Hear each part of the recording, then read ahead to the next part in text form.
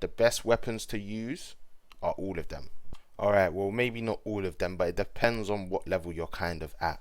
From levels 1 to 20, I decided to focus on the sword and shield mainly. It gave me the most durability out of all of the other attacking styles, and it allowed me to get down the enemies within a decent time frame. The abilities will pretty much make you invincible, so make sure to pick it up as your first weapon. At level 10, you unlock hard skin, which increases your armor by 140.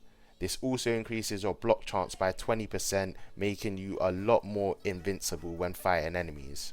At level 20, you're gonna basically unlock the same skill but on steroids. This ability is called Bomb Shield.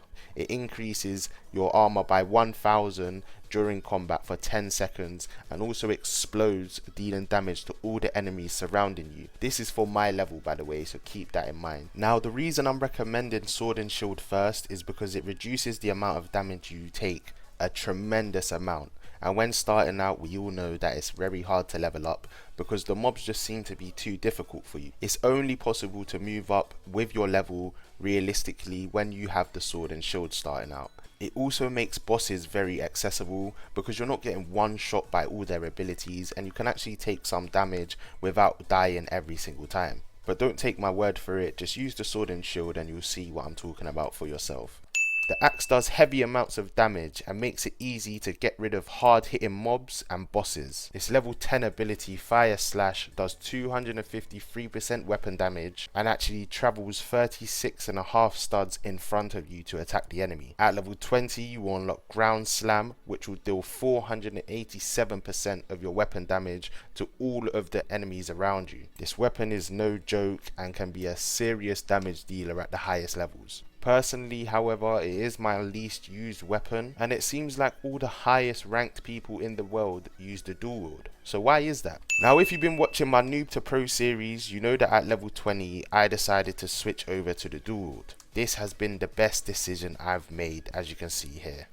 At level 10, you will unlock Swift Strike, which deals 117% weapon damage to the enemy, and that's all of the enemies in front of you, by the way. And also at level 20, you will unlock Whirlwind, which will deal 258% damage to all the enemies surrounding you as well.